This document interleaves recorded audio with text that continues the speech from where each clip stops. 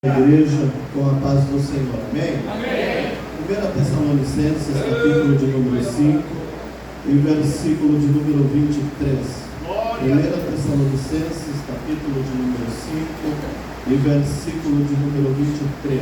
Assim diz a poderosa e sempre viva e santa palavra do Senhor. E o mesmo Deus de paz vos santifique em tudo, e todo o vosso espírito e alma e corpo sejam plenamente conservados irrepreensíveis para a vinda do nosso Senhor Jesus Cristo. Glória a Deus. Sempre, por gentileza. Aleluia! Igreja, eu quero aqui agradecer a Deus pela oportunidade, louvar a Deus mais uma vez pela vida do coral, da juventude desta Aleluia! igreja. Que Deus abençoe em nome de Jesus Cristo. Muitos parabéns pela festa. Louvar a Deus pela vida do pastor Rodrigo Rosa, vice-presidente deste campo. Que Deus abençoe a sua vida. Muito obrigado pela confiança no nosso ministério. Glória! Ainda que às vezes a gente se olhe como tão pequenos para esta grande empreitada, mas fiel é aquele que fez a promessa. Que Deus abençoe também a irmã Grazi, em nome de Jesus Cristo, a família. Que Deus abençoe aqui o pastor Caleb, que já esteve conosco ali na cidade do Patabarro, por aí numa vigília. Se Deus fazer a metade do que fez dos músicos, em nome de Jesus Cristo, que Deus abençoe a vida de cada um.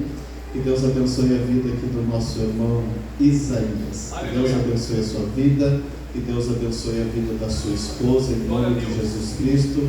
Que Deus possa continuar abençoando as vossas vidas, em nome do nosso Senhor e Salvador Jesus Cristo. Que Deus abençoe nosso irmão André.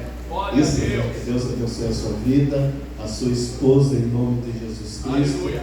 Que Deus abençoe toda a liderança, os obreiros que aqui estão, os porteiros, a igreja, os visitantes, e que Deus abençoe também o nosso irmão Cabral, em nome de Jesus Cristo. Aleluia. Igreja, todos nós aqui sabemos que quem vai escrever este versículo, este texto ao qual nós fizemos leitura, é o apóstolo Paulo. E para nós entendermos o que o Espírito Santo de Deus colocou no meu coração, é necessário nós entendermos quem era este homem antes de ter um encontro com o nosso Senhor e Salvador Jesus Cristo. Perceba que quando nós olhamos para a vida deste homem, nós vamos entender que este homem ele fazia parte do Sinédrio. E quem era o Sinédrio? O Sinédrio ele era a corte suprema da lei judaica e era formado por 24 sacerdotes, sendo lideradas por um sumo sacerdote.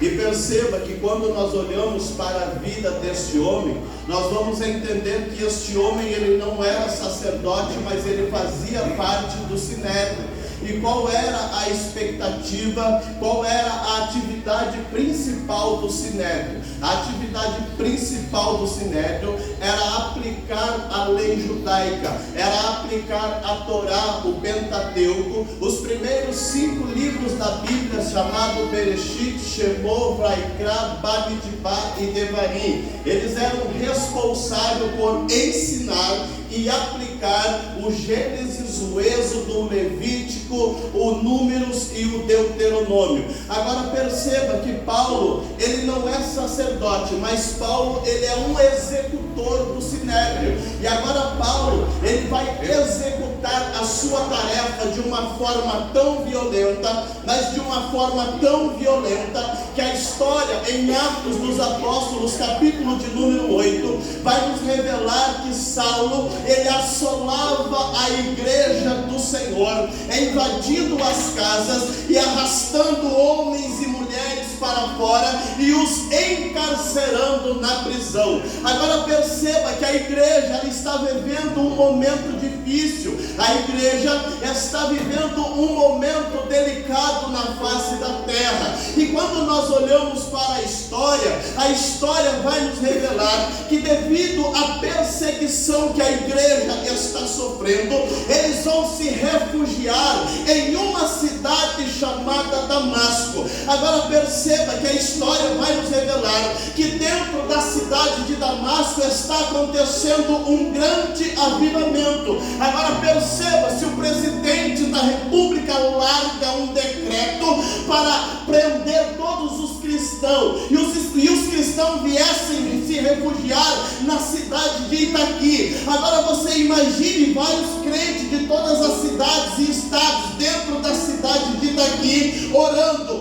jejuando, prestando culto ao Deus Criador dos céus e da terra. A história vai nos revelar que o grande avivamento que acontece dentro da cidade de Damasco, os surdos começam a ouvir, os cegos começam a enxergar e os paralíticos começam a andar. Agora é verdade que Deus, Ele sempre vai se revelar quando está tudo dando certo na nossa vida, mas Deus, Ele vai se revelar de uma forma sobrenatural quando tudo está dando errado na nossa vida. É só nós olharmos para a nação de Israel. A nação de Israel, quando é arrancada de dentro da nação do Egito com mão forte, e eles vão para o deserto, agora eles pensam que eles vão morrer de fome no deserto, mas Deus vai mandar o maná e vai mandar carne em forma de cordonizes. Agora eles acham que vão morrer de sede, e a história vai dizer que agora Moisés, ele vai fender a rocha e vai verter água da rocha para matar a sede da nação de Israel.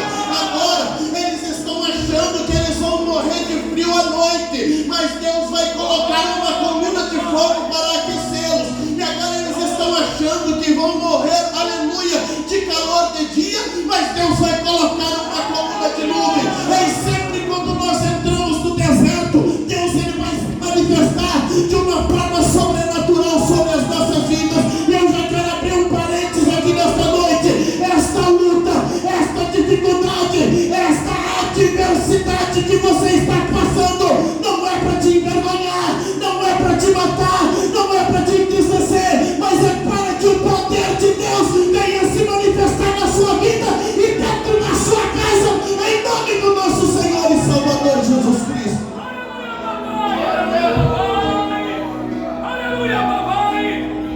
O capítulo 9 vai dizer que Saulo, ainda respirando ameaças e mortes. Esse ameaças e mortes no original quer dizer assim, ó, se Saulo ele pegasse um crente, ele iria matar. Se Saulo pegasse um crente, ele iria decepar. Se Saulo pegasse um crente, ele iria decapitar. Mas sabe o que me chama a atenção? O que me chama a atenção é que ele poderia ter se dirigido aos 24 sacerdotes que tinha dentro do templo de Jerusalém, mas o texto vai nos revelar que ele vai se dirigir direto ao sumo sacerdote e ele vai pedir cartas para a cidade de Damasco. Agora o interessante é que a fúria de Satanás era tão grande contra a igreja do Deus Criador dos céus e da terra, que ele foi direto no sumo sacerdote para pegar cartas, aleluia, para prender sequer homens e mulheres que ele encontrasse no caminho de Damasco. Agora o interessante é que ele está querendo prender aquilo que Jesus Cristo já havia libertado. Perceba que em Atos dos Apóstolos, capítulo de número 5 e versículo de número 17, o texto vai dizer que vai se levantar um sacerdote e todos que estavam com ele e vão pegar os apóstolos e vão encerrar dentro da prisão, porque eles são tomados por um sentimento de inveja, porque a palavra que os apóstolos pregavam, ela tinha poder, ela libertava, ela curava, ela sarava, e eles vão ser tomados por uma inveja tão grande, e eles vão aprisionar os apóstolos dentro da prisão pública. O texto vai dizer, só que o texto vai dizer que quando chega a noite, Deus manda um anjo e manda abrir a porta do cárcere e diz para eles assim, olha, vão para a praça pública e fala a palavra desta vida, e fala a palavra desta vida. Irmão, sabe qual que era o propósito? Sabe qual que era o plano de Satanás? Era ver os apóstolos presos, mas sabe qual que era o plano de Deus? O plano de Deus era ver eles soltos pregando a sua palavra em nome do nosso Senhor e Salvador Jesus Cristo.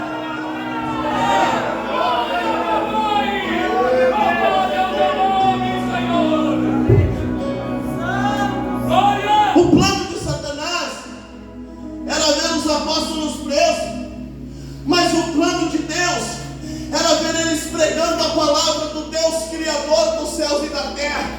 Agora eu te pergunto, a vontade que Saulo tinha era de prender e judiar, era de encarcerar e bater, era de algemar, aleluia, e levar o sofrimento para aqueles homens de Deus. Mas como nós prendemos aquilo que Deus já liberou, como que nós amarramos aquilo que Deus já soltou, como que nós algemamos aquilo que Jesus Cristo já deu uma alvorada de soltura. Ei, eu prego para pessoas aqui que o propósito do diabo era ver a tua família longe dos caminhos do Senhor, mas o projeto de Deus atropelou o projeto do diabo, e você está aqui glorificando e exaltando o nome daquele que vive e que reina para todo sempre.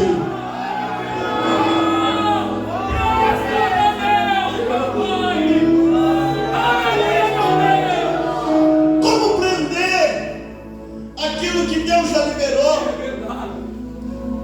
É por isso que João 8,32 diz assim: e conhecereis a verdade, e a verdade vos libertará. João 8,36 diz: se o Filho vos libertar, verdadeiramente sereis livres. Não deixa o diabo te colocar uma mordaça, não deixa o diabo te colocar uma algema, porque você já foi liberto pela pessoa bendita do nosso Senhor e Salvador Jesus Cristo.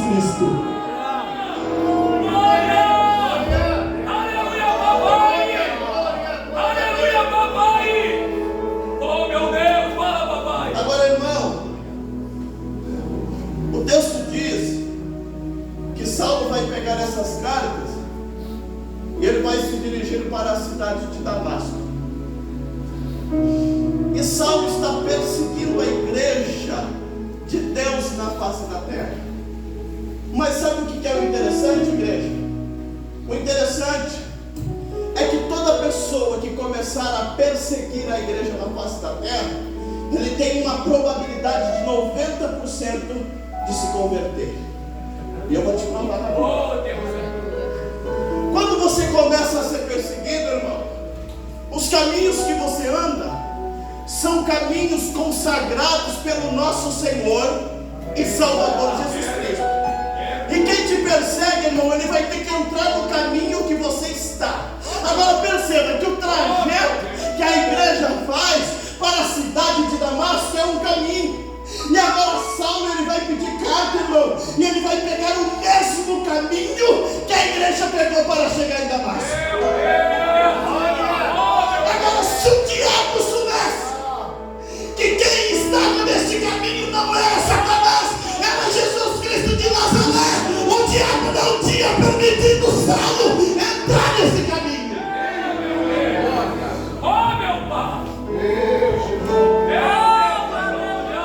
Entenda, no teu caminho não está Satanás, no teu caminho está Jesus Cristo de Nazaré. João capítulo de número 14 e versículo de número 6, Jesus respondeu e disse-lhe: eu sou o caminho, a verdade e a vida, ninguém viu ao Pai senão por mim.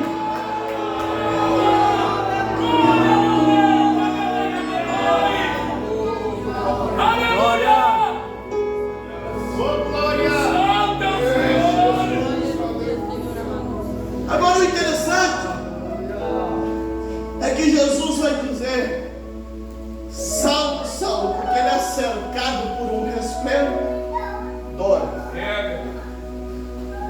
Aí Jesus vai dizer assim, ó: Saulo, Saulo, por que tu me persegues? O texto vai dizer que agora Jesus vai dar uma ordem para ele entrar na rua chamada Terceira e se dirigir para a casa de um homem chamado Ananias. Só que Deus vai entrar dentro da casa de Ananias e vai falar com Ananias. E Ananias vai dizer assim: Senhor, muito eu tenho visto falar deste homem. E Jesus diz para ele assim: ora, porque este é para mim um vaso escolhido. Aleluia, meu Deus! Oh, meu Deus da glória! Se você tem um filho, se você tem uma filha, se você tem alguém que você está orando, descansa no Senhor. É difícil o processo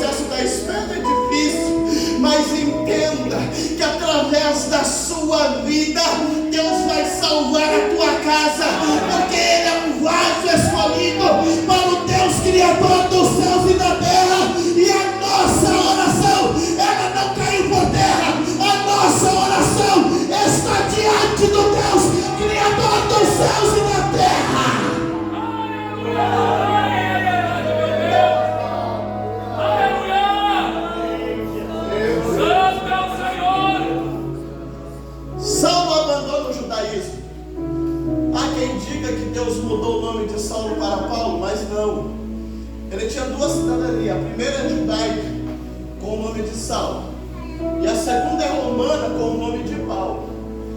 E agora Paulo, ele deixa o judaísmo e se converte ao cristianismo. E agora Paulo, ele vai cooperar de uma forma tão linda. Perceba que ele vai cooperar de uma forma tão linda com o crescimento da igreja na face da terra, que ele vai se tornar um dos maiores líderes cristãos depois de Jesus Cristo aqui na face da terra. E ele vai cooperar de uma forma tão linda que ele vai escrever nada mais, nada menos do que 13 cartas, chamadas elas de cartas paulíneas. Paulo vai escrever Romanos, 1 e 2 Coríntios. Paulo vai escrever Gálatas, Efésios, Filipenses, Colossenses, 1 e 2 Tessalonicenses, 1 e 2 Timóteo, Tito e Filemão.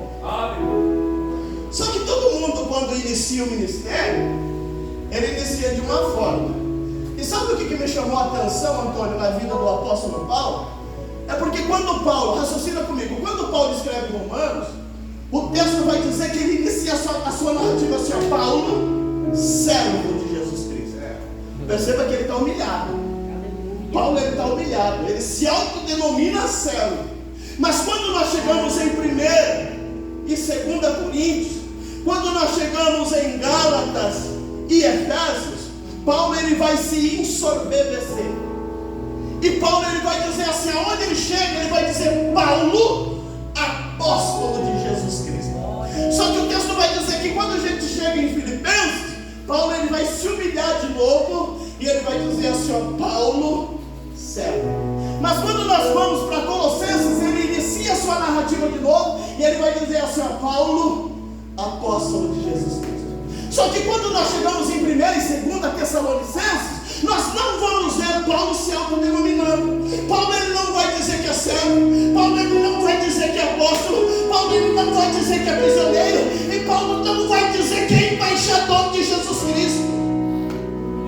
Só que quando termina 1 e 2 Tessalonicenses, ele vai para 1 e 2 Timóteo.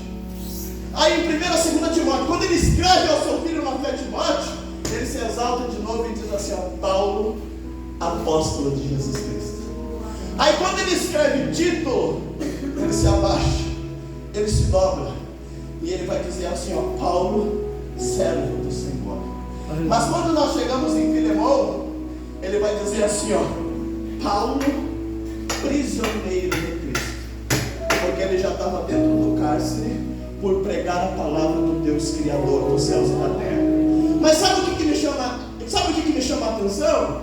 É que Paulo, ele também era ser humano. Paulo, ele era que nem Elias, sujeito às mesmas paixões que nós estamos sujeitos aqui na face da terra.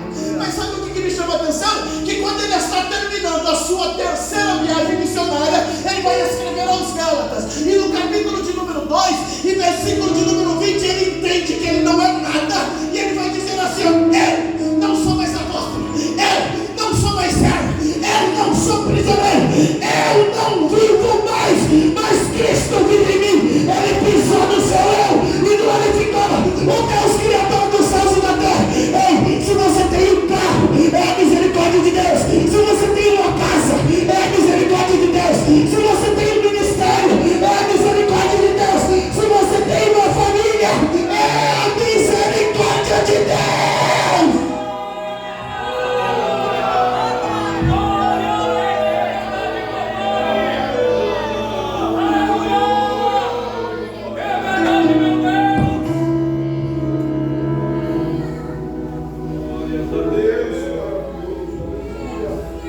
Paulo, ele começa a cooperar nas viagens missionárias. E o capítulo 16 e 9 de Atos dos Apóstolos diz que ele vai ter a famosa visão de Troade. O texto vai dizer que do outro lado, na Macedônia, ele vai ter uma visão. E a visão que ele tem é de um homem chamando ele para que passe para outra banda para ajudá-los. Paulo, ele vai entender da parte de Deus que quem estava dando ordem para eles passarem para outra banda, para eles irem para a Macedônia, era Jesus Cristo de Nazaré, o mesmo que apareceu no caminho para Damasco, porque ele tinha experiência. E o texto vai dizer que no outro dia bem cedo eles vão pegar o rumo à Macedônia. Só que o texto vai dizer que eles vão passar por uma cidade chamada Samotrácia, eles vão passar por uma segunda cidade chamada Neápolis, e eles vão chegar na cidade chamada Filipos. Quando eles chegam na cidade chamada Filipos, eles vão se deparar com uma mulher por nome de Lídia, vendedora de púrpura. Aí o texto vai dizer que eles vão começar a pregar a palavra de Deus. E estas mulheres, elas vão ser, que nem o pastor Rodrigo Rosa fala, elas vão ser hipnotizadas pela ministração da palavra de Deus. Aí o texto vai dizer que elas ficam surpreendidas com o poder da palavra que saía da boca de Paulo e de Silas, que quando eles terminam de pregar, o texto vai dizer que a insistência foi tão grande que Paulo e Silas foi constrangido a entrar dentro da casa de Lídia e permanecer ali por alguns dias. Eles vão fazer isso, e o texto diz que no outro dia eles vão sair para pregar a palavra de Deus. E vai se levantar uma mulher que tinha um espírito de adivinhação. E essa mulher, ela começou a falar a respeito da vida do apóstolo Paulo e de Silas, que eles pregavam a palavra de salvação. E elas fizeram isso por dias.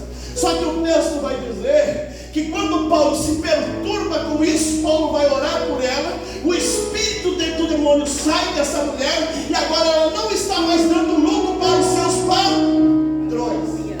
Aí o que os patrões fazem?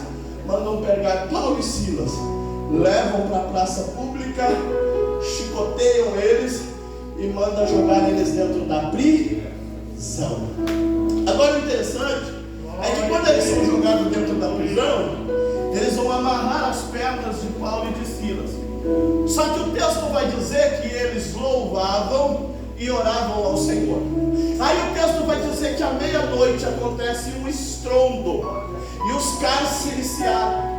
E agora o carcereiro, ele vai se apavorar. Por quê? Porque ele tinha responsabilidade em cuidar dos presos chamados Paulo e Silas. E quando o cárcere se abre, ele pega a espada e vai tirar a sua própria vida.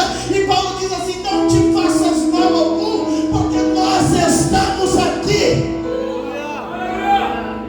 Irmão, eu prego para alguém aqui nessa noite que está orando por uma pessoa, irmão. E Deus manda eu te dizer assim, ó: vai acontecer um terremoto para Deus trazer essa pessoa para dentro da igreja. Meu Deus, aleluia. Tem pessoas que vêm pelo amor, mas tem pessoas, irmão, que esperam acontecer um terremoto para aceitar Jesus Cristo como o único e suficiente Salvador da sua vida. Agora o interessante é que a visão do carcereiro é muito curta. A visão do carcereiro é muito curta. Sabe por quê? Porque ele diz assim, ó: o que eu devo fazer para ser salvo? Ele quer a salvação para ele. Aí a visão de Deus vai mais além, porque Deus vai falar na boca do apóstolo Paulo assim, ó: crê no Senhor Jesus Cristo e será salvo tu e a tua casa. Êxodo 20, capítulo de número 5. Deus visita a iniquidade dos pais nos filhos até a terceira e quarta geração. Eu acredito que o diabo se alegrou com esse versículo, mas eu vejo a igreja se alegrando em Atos 16 e 31. Crê no Senhor Jesus Cristo e será salvo tu e a tua casa. Louvado é o teu nome, Jesus. Aleluia. Depois desse acontecimento, no capítulo 17, Jesus vai chegar na cidade chamada Tessalônica. Aí o texto vai dizer havia uma comunidade judaica ali. E por 3 dias, o apóstolo Paulo vai debater com os judeus a respeito de Jesus Cristo. E a mensagem de Jesus Cristo é essa aqui, ó. A mensagem de Paulo é essa aqui para os judeus: convém que ele padecesse, sofresse, morresse, mas ressuscitasse ao 3º dia. Glória! Aleluia! A Bíblia diz que um grande número de gregos e de judeus vão se levantar e vão ir para trás do apóstolo Paulo e vão dizer assim: ó, nós estamos juntos com você. Só que uma maioria vai se levantar, irmão, e vai para o outro lado e vai falar: nós não estamos juntos com você. Entenda, igreja, que nem todo mundo vai te abraçar. É verdade, papai. Nem todo mundo vai correr com você. Mas o mais importante, que o dono da vida corre com a igreja. Aleluia! Aleluia! Fiel é aquele que fez a promessa. O texto vai dizer que Paulo teve que sair da cidade de Tessalônica e o seu ministério foi prematuro. Ele foi para a cidade de Bereia. Ele também foi hostilizado. Ele teve que sair de Bereia e o seu ministério também ali foi prematuro. E quem sabe a igreja de Tessalônica, quem sabe a igreja de Bereia, entendia que o projeto de Deus não se cumpriria para aquelas cidades. Mas Paulo vai escrever em Filipenses, capítulo de número 1 e versículo de número 6: o meu Deus há de cumprir tudo aquilo, há de aperfeiçoar, há de realizar aquilo que Ele começou na sua vida. A obra na tua vida não vai ficar pela metade. A obra na vida do teu esposo, dos teus filhos, da tua parentela não vai ficar pela metade. Fiel é aquele que fez a promessa na tua vida. Aí Paulo tem uma preocupação com a igreja de Tessalônica. Aí ele vai escrever para a igreja de Tessalônica. E a maior preocupação que Paulo tinha era com o dia do Senhor. A maior preocupação era com o dia do juízo final. Porque tem pessoas, irmão, que acham, porque ele trata assuntos a respeito da morte. Tem pessoas que acham que morreu, terminou. Mentira, morreu aí que começou. E a Bíblia fala a respeito de 2 caminhos. O primeiro caminho é falso, porque é o caminho de Satanás. Mas o segundo caminho é verdadeiro, porque é o caminho do nosso Senhor e Salvador Jesus Cristo. E a preocupação de Paulo é essa. Aí ele vai escrever a igreja de Tessalônica, e o versículo-chave desse pré-congresso, dessa festividade: e o mesmo Deus. Quando ele diz o mesmo Deus, ele está dizendo assim: só existe um, não existe 2. Se aparecer outro, é anátema. Se aparecer outro, desconsidere. Só existe um Deus. Eu falei aqui ontem, Timóteo disse em 1 Timóteo 2 e 5: porque há só um Deus e só um mediador entre Deus e os homens, Jesus Cristo, homem.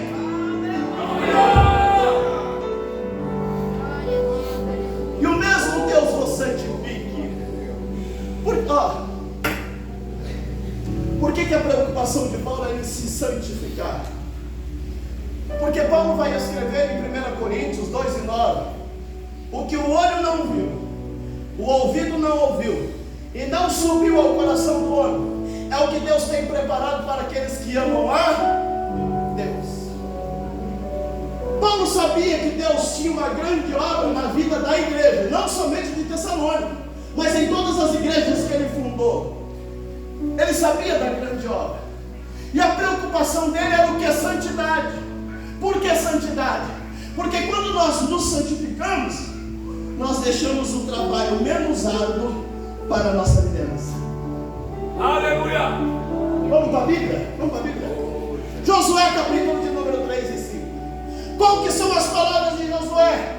disse Josué ao povo: santificai-vos hoje, porque amanhã, santificai-vos hoje, porque amanhã o Senhor fará maravilhas no meio de nós. Águas do Novo Testamento representam o Espírito Santo, mas águas do Antigo Testamento representam a luta, e eles tinham uma grande luta, porque eles tinham que atravessar o Jordão. E Josué entendeu que sem santificação as águas não iriam se abrir. Pessoa que não se santifica, irmão, traz problema para dentro da igreja. Pessoas que não se santificam traz problema para dentro da casa. Pessoa que não se santifica traz problema para o bairro. Pessoa que não se santifica traz problema para o trabalho, irmão.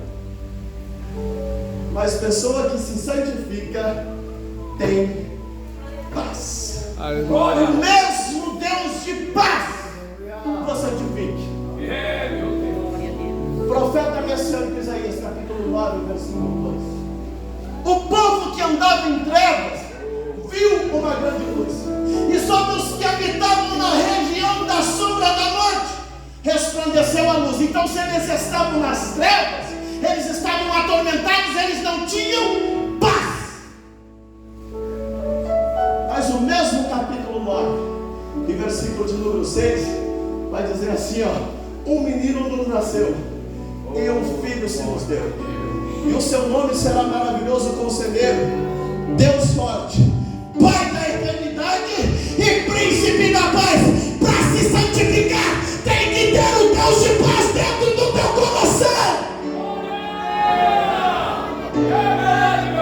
Sem a santificação é impossível ver a Deus. Eu vou encerrar. Uma outra hora eu continuo a mensagem. Eu quero encerrar com um testemunho, porque estourou o tempo, 9h29. E eu quero contar um testemunho para a igreja. Eu já contei na Cidade Alta, contei na sede. De 11 para 12 anos eu fiquei viciado na cocaína. Roubei todo o armazém. Meu pai tinha um boteco. Roubei tudo, fali meu pai. Quando eu vi que eu estava matando meu pai, eu fui para a rua. Aí conheci o crack. Aí aprendi a roubar. Eu tenho mais 15 minutos? Tem, igreja? Glória! Tenha. Quem? Amém! Pega a mão. Glória! Comecei a roubar para sustentar o meu vício. Aí eu comecei a ser preso. E é que nem eu falei ontem aqui, irmão. Eu tenho vergonha do meu passado, mas eu preciso contar para você entender da onde Deus me tirou, da onde Deus me arrancou. Eu fui preso com 15 anos. A primeira cadeia que eu peguei de 45 dias, eu fui preso. Aí o dia que eu saí da cadeia, eu prometi para os presos da favela da Monsenhor Guilherme, a favela mais triste da cidade de Foz do Iguaçu. Eu prometi para eles que eu ia levar maconha para eles. E eles falaram: você sabe que dentro da cadeia a promessa é dívida. Se você não cumprir, quando nós te encontrar na rua, nós te matamos. Eu falei: eu sei disso. Aí saí do fórum, fui para o ponto de ônibus com a minha mãe feliz. E eu falei assim: mãe, vai para casa, porque eu vou resolver uma coisinha. E a minha mãe não queria que eu fosse, e minha mãe derramou as lágrimas. E a minha mãe foi para casa. E eu fui para a favela. Comprei uma pasta de dente Colinos, aquelas antigas, de alumínio. Peguei um caroço de maconha assim dentro da favela, abri a pasta de dente, enfiei a maconha dentro e fechei a pasta de dente e fui para o segundo distrito da Vilar. E comprei umas alimentação, comprei um refrigerante. Só que tudo era Deus me livrando, porque eu ia morrer na rua. Olha o trabalho de Deus. 10 minutos antes de eu chegar no segundo distrito, foi preso 2, levando alimentação com pasta de dente, com maconha dentro da pasta de dente. 10 minutos antes de eu chegar. Aí quando eu chego, falei assim: seu Gilson, vim trazer uns adiantos pro Ronaldinho. Ele olhou bem na minha cara e falou: tem pasta de dente aí? Aí minhas pernas tremeu. Eu falei: tem. Ele falou: vem cá. Ele pegou pelo braço e me levou para dentro da delegacia. Foi direto na pasta de dente, abriu a pasta de dente e arrancou o caroço de maconha e me jogou para dentro da cadeia de novo. Ali endemoniado, irmão, a gente tirou a vida de um rapaz dentro da cadeia e fomos transferidos para o Educandário São Francisco, região metropolitana, cidade metropolitana de Curitiba, chamada Piraquara. E cadeia do Brasil, ela não recupera ninguém. Você entra lá roubando galinha, você quer sair de lá assaltando o banco. Você entra lá viciado nas drogas, você sai de lá querendo traficar. E eu conheci dentro do Educadar de São Francisco assaltantes de banco. E me coliguei com eles. E quando eu saí do Educadar de São Francisco, eu fui direto para a favela do Camaneiro. A minha mãe ia no juiz em Foz do Iguaçu e falava: solta o meu filho. E o juiz falava assim: eu não posso soltar ele, porque o falecido tem 4 irmãos. Os irmãos vão matar o seu filho, ou o seu filho vai acabar matando mais alguém. Eu não posso soltar ele. Mas se você for embora da cidade, eu solto ele. A minha mãe tinha 2 casas na cidade de Foz do Iguaçu. Vendeu uma e foi para Curitiba para o juiz me soltar. E o juiz me soltou. Em vez de eu ir para a casa da minha mãe, que fez um baita sacrifício por mim, eu fui na favela. E quando eu cheguei na favela, eu subi em cima de uma moto, o cara me deu uma pistola 380, registrou e falou assim: Anderson, eu vou te levar numa farmácia. Eu vou ficar na moto. Quando você entrar, você aponta a arma, dá a voz de assalto e pega todo o dinheiro. Eu falei: tá bom, eu vou lá. Me levou. E eu fiz o primeiro assalto da vida. Eu peguei um monte de dinheiro e gostei. Aí comecei a fazer assalto na cidade de Curitiba. E quando eu cheguei na casa da minha mãe depois de 3 dias, eu cheguei com uma bolsa, um saco de arroz de 1 quilo cheio de dinheiro. E a minha mãe começou a chorar. Porque quem que vai ganhar um monte de dinheiro em 2, 3 dias? A minha mãe falou assim: olha, nós estamos voltando para Foz do Iguaçu. Se você quiser voltar, você volta. Se você não quiser voltar, você fica aí. Fiquei na cidade de Curitiba. Fui preso, saí, ganhei muito dinheiro, mas me viciei no crack de novo. Porque quem tem uma chamada de Deus, Deus ele não permite ter uma vida tranquila longe dos seus caminhos. Me viciei no crack de novo, perdi tudo e voltei para Foz do Iguaçu. Em Foz do Iguaçu eu fui preso. A última cadeia que eu peguei, eu fiquei 3 anos preso. Eu fiquei 2, depois eu fiquei mais 2 e por último eu fiquei 3. Fora as vezes que eu era preso 10, 15, 20 dias e saía. Aí a última cadeia eu peguei 3 anos, fiquei 2 anos em Foz do Iguaçu e foi transferido para a colônia penal em Piraquara. E conheci um traficante da cidade da Barra do Paraí que foi preso com 100 quilos de maconha. E ele foi solto primeiro do que eu, veio para a Barra do Paraí e começou a traficar. E ele teve um problema com um traficante e me ligou. O meu pai dizia assim, ó: pau que nasce torto, morre torto. Não tem como se endireitar. O dia 16 de agosto de 2006, o meu pai faleceu. E eu estava dentro da colônia penal. Um agente penitenciário me chamou e falou assim: assistência social quer falar com você. Me levaram lá. E ela falou assim: a tua mãe está no telefone. Falei com a minha mãe chorando, falou assim: Anderson, o teu pai faleceu. Eu consegui uma portaria de 6 dias, desci para Foz do Iguaçu e encontrei meu pai no caixão. Enterramos meu pai, depois de 6 dias eu voltei para a colônia penal. Dia 20 de novembro de 2006, que eu meu alvará, e eu saí com uma mochila, um par de calçado, uma mochila com 3 mudas de roupa e um par de calçado, e desci para Foz do Iguaçu. Passei dezembro com a minha mãe. Dia 2 de janeiro o telefone tocou. O traficante da Barra do Paraí falou assim: Anderson, eu estou com um problema com o traficante aqui e eu te dou 20 mil reais para você vir matar ele. Aí eu, endemoniado, com 3 mudas de roupa e um calçado só, eu falei assim: me manda dinheiro da passagem que eu estou descendo para ir para matar esse cara e pegar o dinheiro. Desci para a Barra do Paraí.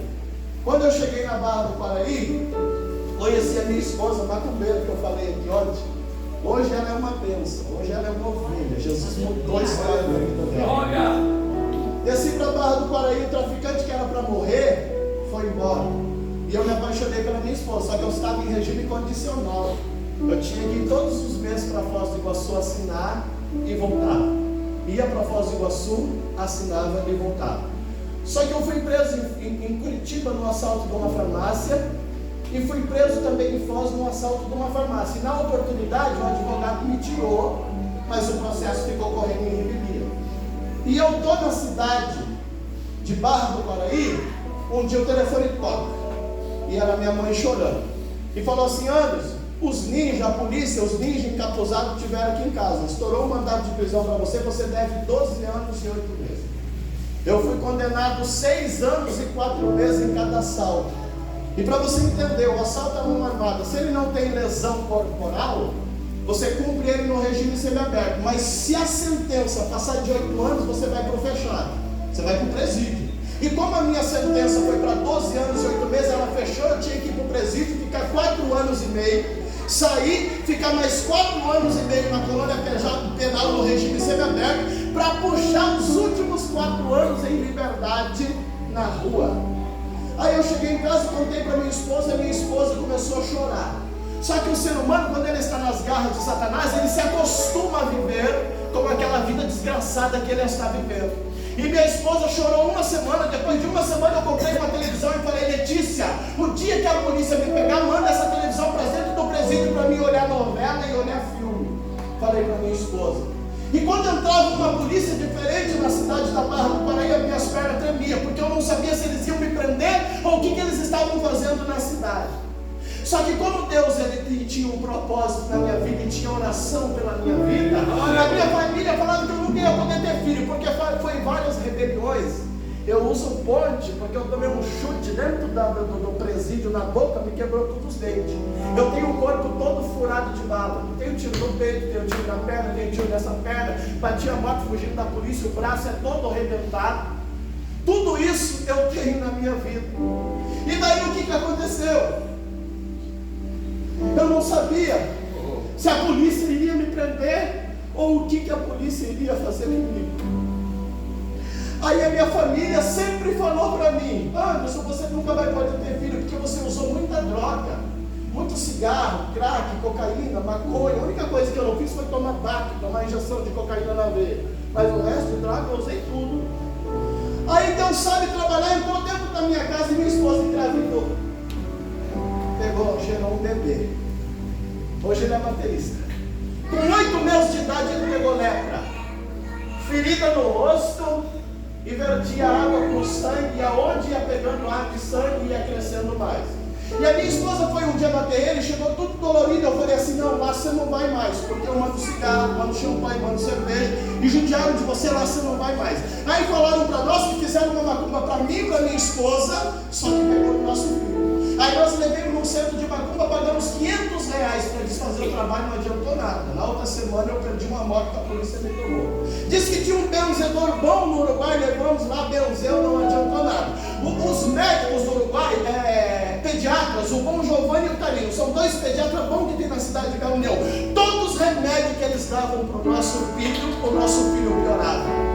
Aí eu vendia cocaína na cidade, eu comecei a cheirar cocaína todos os dias, porque eu cheirava cocaína um dia sim, um dia não. Eu cheirava cocaína um dia, e o outro dia eu fumava maconha e comia, e no outro dia eu cheirava cocaína de novo. Aí quando meu filho ficou doente, que meu filho estava morrendo, que ele não tomava mais leite, não bebia água, os ossos começaram a aparecer, eu comecei a cheirar cocaína todos os dias.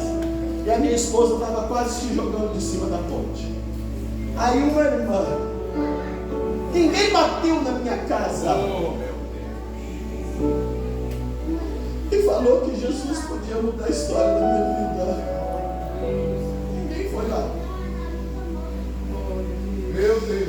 Só que uma irmã no círculo de oração, o meu filho ficou parecendo um bicho com 8 meses. Todo mundo pegou nojo. Os únicos que não pegou nojo foi eu, minha esposa e os avós. Tia, tio, amigo, ninguém mais apareceu em casa. Aí foi uma irmã do círculo de oração de 74 anos e bateu palma na minha casa. Meu Jesus querido, glória. Aí eu saí pra fora. E ela falou assim: olha, eu sei o que está acontecendo dentro da sua casa. Eu posso trazer o círculo de oração? Eu falei: traz, porque não tem mais o que fazer. O nosso filho está morrendo. Quando foi 4 horas da tarde, braiou minha casa de irmã de saia. Chegou a irmã de moto, chegou a irmã de carro, chegou a irmã de bicicleta, chegou a irmã de a pé, chegou a irmã de tudo. Oh Deus maravilhoso, glória. Barraquinho de 3 peças de madeira, pastor Rodrigo Rosa. E quando meu filho nasceu, eu coloquei plástico nos buracos, porque eu tinha medo que pegasse vento no meu bebê e ele pegasse pneumonia. Entrou aquele monte de irmã para dentro de um barraco de 3 pés e começaram a orar. E aquele dia eu e a minha esposa choravam copiosamente. Quando elas terminavam de chorar, numa quarta-feira, elas falaram assim: amanhã tem culto, vai na igreja.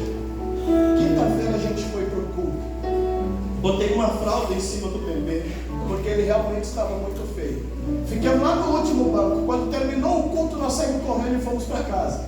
Quando nós chegamos em casa, o bebê chorou. E a minha esposa botou ele na cama, eu fiquei cuidando, ela correu, fez uma mamadeira de leite, veio e colocou na boca dele e ele começou a mamar. Aí a minha esposa se deitou do lado esquerdo e eu se deitei do lado direito. Aí eu tenho certeza que Deus desceu dentro do meu quarto, anestesiou a mim, anestesiou a minha esposa e anestesiou o bebê. Quando a gente acordou no outro dia, 9 horas da manhã, com o sol batendo no nosso rosto, nós olhamos para o bebê e o bebê estava curado.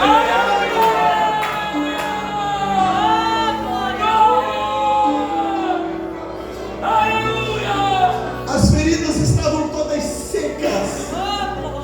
O médico falou: se algum dia ele fosse curado, nunca mais ele poderia usar roupa de cor, somente roupa branca. Deus curou. Hoje ele usa qualquer tipo. Aleluia, papai. Eu nunca tinha trabalhado na minha vida. Nunca havia trabalhado na minha vida. Aceitei a Jesus e agora o que eu vou fazer? A vida inteira roubando e vendendo droga. Aí o Espírito Santo de Deus colocou no meu coração: compra tapete e vai vender tapete. E comecei a ser dizimista e ofertante na casa do Senhor, porque Malaquias 3:10 diz assim: trazei todo dízimo à casa do Senhor e fazei prova de mim se eu não vos abrir a janela do céu. Mas sabe o que mudou a minha vida financeira? Não foi o dízimo, porque eu entendo que o dízimo é obediência. Agora, oferta é prosperidade financeira. Irmão, eu não conto isso na minha igreja, porque a Bíblia diz o que uma mão não dá, a outra não precisa saber, né? Só que eu sou presidente do departamento de missão desde o ano de 2013. O primeiro congresso que nós fizemos, irmão, eu custeei a oferta e a vinda do pregador. A gente gastou muito pouco. No segundo congresso a gente gastou mais. O terceiro congresso em 2015 eu gastei 8 mil. Quando terminou o congresso, Deus me deu um carro de 80 mil. Até hoje, o congresso da cidade da Barra do Paraí, de missões, não é tirado 1 centavo da igreja e não é vendido um pastel para fazer o congresso. E sempre a minha loja pagou. Para nós finalizar, irmão, hoje, a gente tem 4 lojas na cidade, 2 lojas de móveis, uma loja de cama, mesa e banho, enxoval de bebê, e a 4ª loja é de roupa e calçado. Eu estou construindo a 5ª loja que vai ficar pronta em dezembro, com 3 apartamentos em cima para alugar. Aí você fala assim: irmão, antes você é avarento? Não, eu ando no estado e fora do estado, irmão, e nunca cobrei para pregar. Se alguém me dá alguma oferta para gasolina, eu pego. E se não me dá, irmão, eu também saio glorificando a Deus, porque Deus, Ele quer me abençoar. Irmão, hoje eu tenho um carro para andar cada dia da semana, 4 casas na cidade, 3 apartamentos na cidade de Uruguaiana. E se não bastasse, agora por último, Antônio Rodrigues, Deus me deu um apartamento dentro de um resort na cidade de Foz do Iguaçu. A polícia, 3 minutos eu pergunto. A polícia no ano de 2022, o delegado invadiu minha casa. Quando eu olho pela janela, está o delegado e um monte de polícia civil com um fuzil e com pistola na mão. E eu me apavorei porque meu filho estava do lado de fora. Eu abri a porta e falei: o que está acontecendo? O delegado falou: nós temos um mandato de busca e apreensão. Eu falei: mas por que mandato de busca e apreensão? Ele falou: nós temos um mandato de busca e apreensão, nós vamos entrar. E a minha esposa estava no quarto. Eles foram invadindo a casa e minha esposa estava no quarto trocando roupa. Quando ele foi entrar no quarto, eu usei a autoridade de Deus. Falei: não entra aí, porque a minha esposa está trocando roupa. A gente é crente, mas a gente não é tapete do diabo. Não entra no meu quarto, porque a minha esposa está trocando roupa. Eu falei para o delegado, ele freou e não entrou. E eu fui na porta e falei: Letícia, a polícia está aqui dentro de casa. Ela falou: o quê? Eu falei: a polícia está aqui dentro de casa. Troca a roupa e abre a porta. Quando ela terminou de trocar a roupa, que ela abriu a porta, o meu filho de 7 anos estava com a minha esposa. Faltava 4 dias para o Natal, 21 de dezembro de 2022. Quando eles entraram dentro do quarto, meu filho se assustou e falou assim: mãe, a polícia aqui em casa. Aí Deus deu uma estratégia para minha esposa, e minha esposa falou assim: é os seguranças do Papai Noel, porque faltava 4 dias para o Natal. Aí meu filho começou a pular de felicidade dentro do quarto, porque ele acreditou que era o segurança do Papai Noel. Aí eles olharam o guarda-roupa, olharam a sala, mandaram eu abrir os carros e eu falei, mas o que está acontecendo? Eles falaram assim, não, nós temos um mandato de busca e apreensão, você pegou uma herança? Eu falei, eu não peguei herança nenhuma, eu tenho um passado, mas Deus me libertou, me livrou do passado, me abençoou, sou dizimista na igreja, sou ofertante, sou pregador, e Deus tem abençoado a minha casa. Quer que eu abro? Aí é o quarto dos meus filhos e aqui é o quarto de hóspede.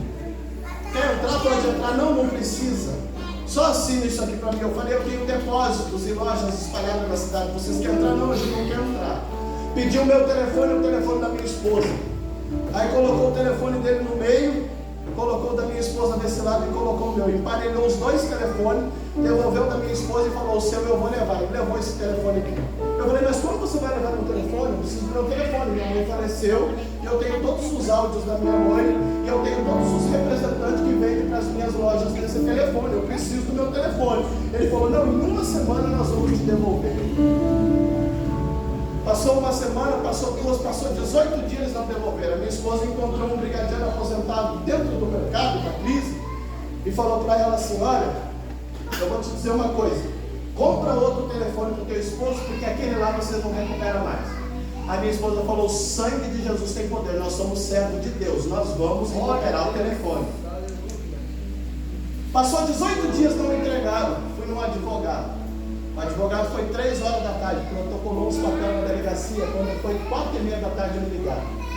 Anderson Trindade, vem na delegacia pegar o seu telefone, porque o seu telefone está aqui. Devolveram o meu telefone. Para a honra e para a glória do Deus Criador dos céus e da terra. Aleluia. Oh, meu Deus. Irmão, eu tinha para falar aqui, ó. A santidade, ela derruba gigante, mas o tempo não dá. Comecei a vender tapete, irmão. Uma manhã de serração, eu acordei com a minha esposa, minha sogra ficou cuidando do nosso filho. Nós não tínhamos segundo filho ainda, isso em 2014. E fomos vender tapete, irmã Graça, numa cidade chamada Colônia Palma, dentro do Uruguai. E eu tinha um Babelina naquela época. Tinha o sonho de ter uma Hilux, que Deus me deu ela hoje. Tinha uma Belina. Fomos vender tapete, saímos 7 horas da manhã da Barra do Bahia, pegamos sentido Colônia Palma. Uma serração que não via, se você não conseguia ver daqui na irmã Graziella, assim, ó. Você não conseguia ver. E eu colei atrás de uma Scania Bitrem e falei para Letícia, Letícia, eu não vou ultrapassar, porque se eu ultrapassar, eu vou nos matar. Ela falou, tá bem. Veio uma Hilux e ultrapassou a Scania. Aí eu achei que eu estava com a Hilux também, fui ultrapassar com a Belina e a Belina vazando óleo no cilindro de freio. E fui ultrapassar a Scania em cima de uma ponte que não tinha acostamento. Aí quando eu esgoelei a Belina, que eu cheguei na metade da Scania, em cima de uma ponte que não tinha acostamento, apontou outra Scania na minha frente, eu só vi os farol dela. E quando eu vi os farol dela, minhas pernas tremeu e a minha esposa falou assim, nos matemos, você nos matou e deixou o nosso filho órfão. Ela me falou. E quando ela falou isso, eu me preparei para morrer. Só que a Scania que eu estava ultrapassando, ela está carregada, porque ela está indo para Montevidéu. Todas que passam ali pela Barra do Paraí, elas vão carregadas para Montevidéu. E aquela Scania que eu estava ultrapassando, ela fez isso aqui, pastor Rodrigo, ó. Ela virou uma bala. E no que ela virou uma bala, um foguete, eu tirei da outra Scania assim, ó. Raspando, eu tirei da outra Scania. E quando eu tirei, que eu voltei para a minha pista, minha esposa começou a me esbofetear dentro do carro e falou, você quase nos matou. Eu falei, calma, Letícia. E fui atrás da Scania. Quando a gente chegou na Colônia Palma, o cara da Scania parou, e eu passei por ele e eu olhei para o motorista me olhou com os olhos desse tamanho, e eu não entendi porque que ele me olhou com os olhos desse tamanho. Nós entramos para dentro da Colônia Palma, pastor Cané. Encostei a Belina, levantei o porta-mala, peguei minha bolsa de tapete, a minha esposa enxugou as lágrimas, pegou a bolsa de tapete dela, eu peguei a minha, e eu com frio na barriga, minha esposa saiu para a esquerda e eu saí para a direita. Aí quando a minha esposa bate na primeira, na segunda, na terceira, quando ela bateu na quarta casa, ela caiu na casa de um profeta. E ninguém sabia o que tinha acontecido na estrada. Só a Scania que estava vindo para o Brasil, que foi embora, que ia passar por cima de mim, e a Scania que subiu que foi para Montevidéu, e eu e a minha esposa.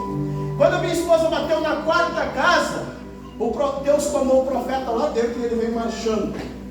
Quando ele abriu a porta, ele deu uma rajada de língua estranha na cara da minha esposa e falou assim: minha serva. Porque a minha esposa falou para mim assim dentro do carro: se o motorista da carreta não acelera a carreta tinha nos atropelado. Quando ele abriu a porta, ele deu uma rajada de língua estranha na cara da minha esposa e falou assim: Deus falou na boca dele: minha serva, não foi o motorista da carreta que acelerou a carreta. Foi eu que dei ordem para o meu arcanjo Miguel descer na terra e empurrar a carreta para vocês voltar. Eis que digo que eu tenho uma grande obra na vida de vocês e estão passando por um momento de enfermidade. Porque quando eu estava na colônia penal, eu tinha direito a cada 60 dias sair 6 dias. E a minha vida era tão triste, igreja, que eu saía nos 6 dias e eu engolia 12, 13 balas de maconha. E quando eu entrava dentro do presídio, eu tomava 2 litros de água, enfiava dentro da garganta e jogava toda a maconha para fora para me furar lá dentro. E me deu uma enfermidade no estômago e eu achei que eu estava com câncer. Aí Deus falou na boca do profeta assim: e digo mais, eis que estão passando por um momento de enfermidade. Mas por que vocês estão com medo da medicina da terra se eu sou o médico dos médicos? E te digo mais, eis que o que eu coloquei nas suas mãos, porque a minha esposa foi 4 anos e meio professora da escola bíblica dominical das crianças, e a minha esposa às vezes entristecia. Aí Deus falou na boca do profeta: e te digo mais, eis que o trabalho que eu coloquei nas suas mãos é o futuro da minha igreja. Assim te diz o Senhor dos Exércitos. André, vem aqui, passa aqui na frente, pega a tua esposa. Deus falou comigo, vamos ver com vocês.